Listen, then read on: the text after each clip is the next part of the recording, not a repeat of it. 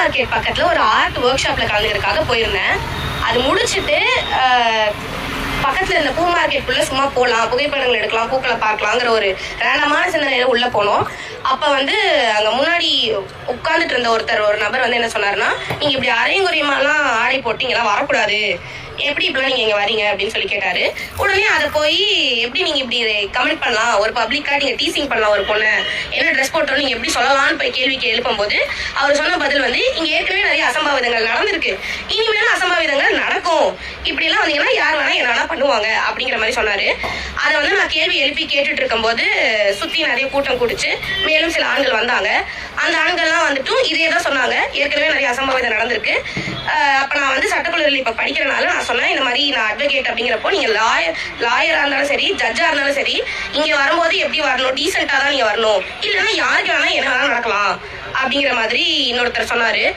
அதை வந்துட்டு மறுபடியும் நான் மேலும் நீங்கள் எப்படி இப்படிலாம் பேசலாம், சரி அப்படி உங்களுக்கு டீசன்சியாக ட்ரெஸ் இதுதான் நீங்கள் நினச்சிங்கன்னா என்னென்னு லிஸ்ட்டு போட்டு கொடுங்க, பூ மார்க்கெட் வெளியே ஒட்டிடுங்க அப்படின்னு நான் சொன்னப்போ இந்த மாதிரியே நான் பேச்சுவார்த்தை நடத்திட்டு இருக்கும்போது இன்னொரு நபர் வந்தார். அவரு தான் வந்துட்டு என்ன பிரச்சனை மறுபடியும் கேட்டப்போ பொறுமையாக எக்ஸ்பிளைன் பண்ணேன். இந்த மாதிரி இவர் என்னை இப்படி சொல்லிட்டாரு, அதான் அது தப்புங்கள்ல அப்படின்னு கேட்கும்போது அவர் வந்து இல்லை அவர் கேட்டதில் என்ன தப்பு அப்படின்னு சொன்னார்.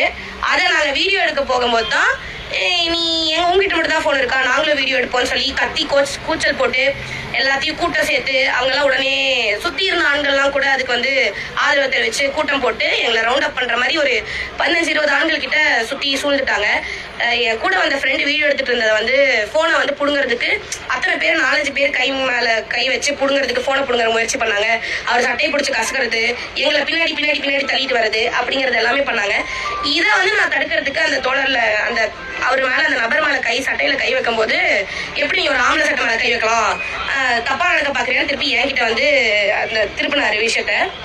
ஸோ இப்போ எங்களை அடிக்கிறதுக்கான எல்லா பொட்டன்ஷியலுமே அவங்களுக்குள்ள இருந்துச்சு. என்னையும் என் ஃப்ரெண்டையும் சுற்றி கிட்டத்தட்ட ஒரு 15-20 பேர் சுற்றிட்டாங்க. வார்த்தைகள் வந்து ரொம்பவே ஆபாசமாலாம் அவர் பேச ஆரம்பிச்சிட்டாரு.